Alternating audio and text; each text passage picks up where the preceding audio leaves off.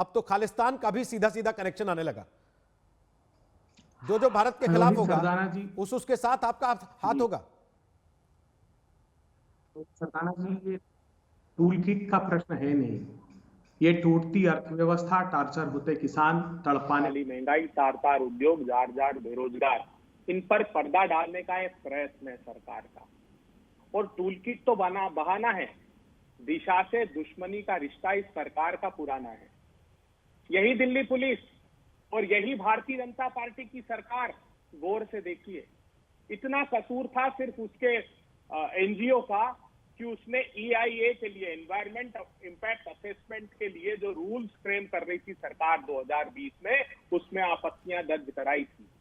गुहार लगाई थी उस एनजीओ ने कि आप घने जंगलों को तबाह मत कीजिए, बड़े मोटे उद्योगपतियों को भारत के संसाधन और संपदा मत सौंपिए। उसने गुहार लगाई थी कि कोस्टल एरिया को बचाने के लिए हम सबको सामूहिक प्रयास करने होंगे। प्रकाश जावड़ेकर जी ने रिपोर्ट कराई और जानते हैं नोटिस काय में दिया गया? UAPA, अनलॉफुल एक्टिविटी, वो लिखते हैं। आप भी जानते हैं अभय जी, अब आप कुतर्क कर रहे हैं, आप भी जानते हैं वो एक अलग विषय है और ये एक अलग विषय है। क्या कहीं ये लिखा गया, क्या कहीं ये लिखा गया कि आपने ये मांग की थी इसलिए आपको UAPA का नोटिस भेज रहे हैं? कहीं कहा गया ये? सुनिए ना, मेरी UAPA का नोटिस क्यों गया है ये तो बताइए मुझे। UAPA का नोटिस क्यों गया, गिरफ्तारी क्यों हुई? UAPA का नोटिस इसलिए गया कि उसने ऑब्जेक्शन फाइल किए थे, सिर्फ इतना कसूर था। क्या आप मजाक समझते हैं UAPA को? अबे जी, आपको लगता है UAPA मजाक है? के हाथ में खेल रही है। अबे जी, आपको लगता है UAPA मजाक है? अबे जी, आपको लगता है कि किसी खालिस्तानी संगठन के साथ मीटिंग में मौजूद रहना ये मजाक है? अबे जी, खालिस्तानी संगठन के साथ मीटिंग में होना मजाक है क्या? किसानों के कानून पर बोलते हैं। अभय जी, आप तो दावा ये करने वाले लोग हैं ना कि खालिस्तान का सपना हम ही ने तोड़ा। तो कहते हैं कनाडा। अभय जी, किसको आतंकवादी बताएंगे? अभय जी, मुद्दे पे बात कीजिए ना, मुद्दे पे बात कीजिए अभय जी, सीधे सीधे मुद्दे पे बात कीजिए। आप तो वो पार्टी के प्रवक्ता है ना जो दावा करती है कि खालिस्तान की उम्मीद, खालिस्तान का सपना हमने तोड़ा, इंदिरा गांधी ने तोड़ा, क्योंकि चढ़ा दिए टैंक हमने। आज खालिस्तान वालों के साथ अगर कोई मीटिंग में शामिल हो रहा है, आप उसकी पैरवी में खड़े हैं। सुधांशु जी ये कह रहे हैं कि टूल किट कोई अपराध नहीं है, उस टूल किट में ऐसी कोई बात नहीं जो देश के खिलाफ हो। बताइए आपको क्या देश के खिलाफ लगा? देखिए, मैं अपेक्षा करूंगा जैसे मैंने शांति से अभय जी ने जो बोलना था मन में आया वो बोले, मैंने कोई हस्तक्षेप नहीं किया, तो मेरी बात को भी वैसे ही सुनेंगे। रोहित जी, टूल किट क्या है और उसके अंदर किस प्रकार की चीजों के द्वारा क्या विध्वंसक किया जा सकता है, ये तो बहुत टेक्निकल विषय है। मगर अभी सबसे पहले अभय जी ने क्या दिखाया? यह दिखाया कि दिशा एक पर्यावरण कार्यकर्ता है और उसके ऊपर कोई उसने पर्यावरण नीति के बारे में लिखा था और इस कारण से कार्रवाई हुई। मैं सारे आज तक के करोड़ों दर्शकों को बताना चाहता हूं कि धुआंधार पराली जलाने की आजादी चाहने वाले लोगों के साथ खड़ी हुई पर्यावरण प्रेमी है। देखिए कितने सुंदर सुंदर सत्य और असत्य गढ़े जा रहे हैं, आप जाके चेक कर लीजिएगा। भारत में सबसे ज्यादा केमिकल फर्टिलाइजर्स का यूज जिससे जमीन तबाह हो जाती है किस राज्य में होता है? पंजाब और हरियाणा।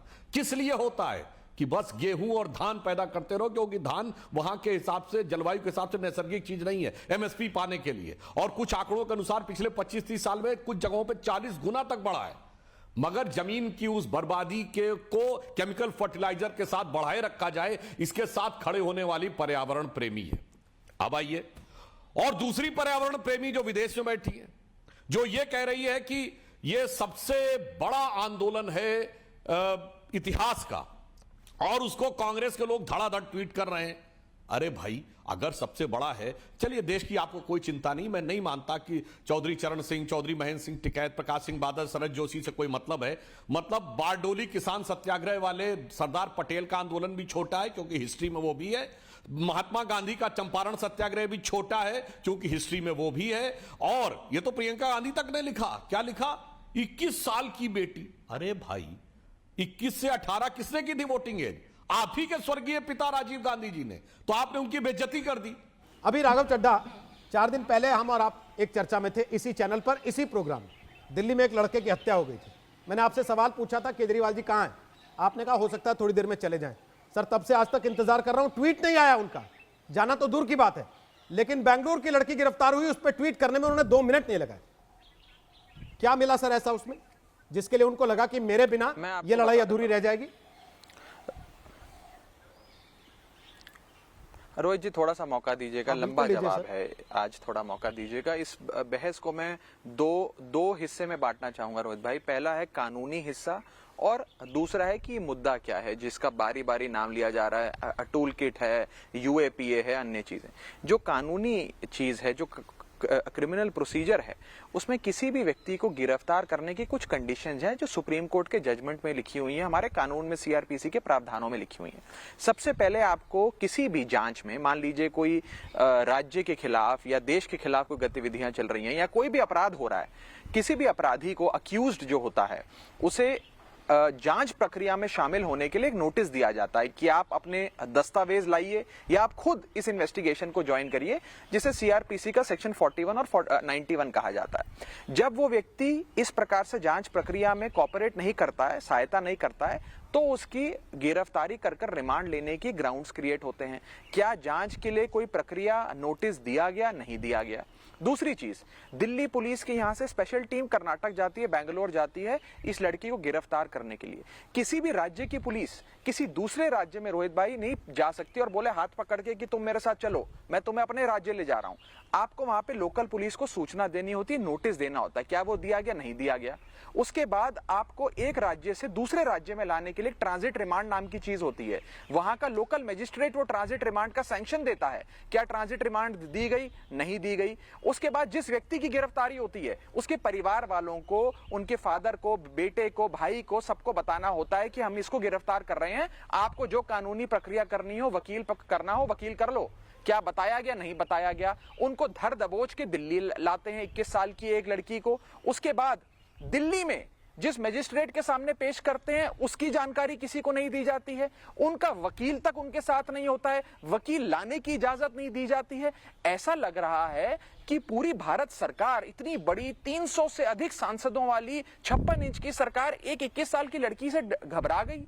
कोई भी सच्चा देशभक्त, हम भी सच्चे देशभक्त हैं, इस बात से कभी भी इनकार नहीं कर सकता कि विदेशी ताकतों या विदेश में बैठे लोग अगर हमारे देश के बारे में कोई हमारे देश पे लांछन लगाएं, हमें अच्छा नहीं लगेगा, हम उसका विरोध करेंगे। लेकिन आज परिस्थितियां ऐसी क्यों बनी हैं? मैं तो कहता हूं इसके लिए भारत सरकार, मोदी सरकार जिम्मेदार है कि विदेश में बैठे लोगों को मौका मिल रहा है कि वो हमारे सरकार की बात पसंद ना आए तो खालिस्तान की गोद में बैठ जाओ जाके, उनको बोलो कि आओ यहां पर अपन लोग एकदम ऐसी स्थिति कर देते हैं कि सब कुछ छिन्न भिन्न हो जाए। रोहित जी, सबसे पहले बात मैं शुरू करना चाहूंगा, टूल किट क्या है। देखिए, इस टूल किट के अंदर इस बात की चर्चा है पूरी तरीके से कि आंदोलन को कैसे चलाया जाए, किसान आंदोलन का कैसे समर्थन किया जाए, किसान आंदोलन को कैसे विश्व स्तर पर उस आंदोलन को बढ़ाया जाए। उसके 2 हिस्से थे, एक तो था अर्जेंट और बाकी वो एक्शन प्लान वगैरह के साथ था। और सबसे बड़ी बात है जिसका मैं जिक्र करना चाहूंगा, और देशद्रोह का मामला कैसे बनता है कैसे नहीं बनता है इसका दर्शक आपका तय करेगा। उसमें था भारत सरकार के एम्बेसी जहां जहां है वहां पर प्रदर्शन करें।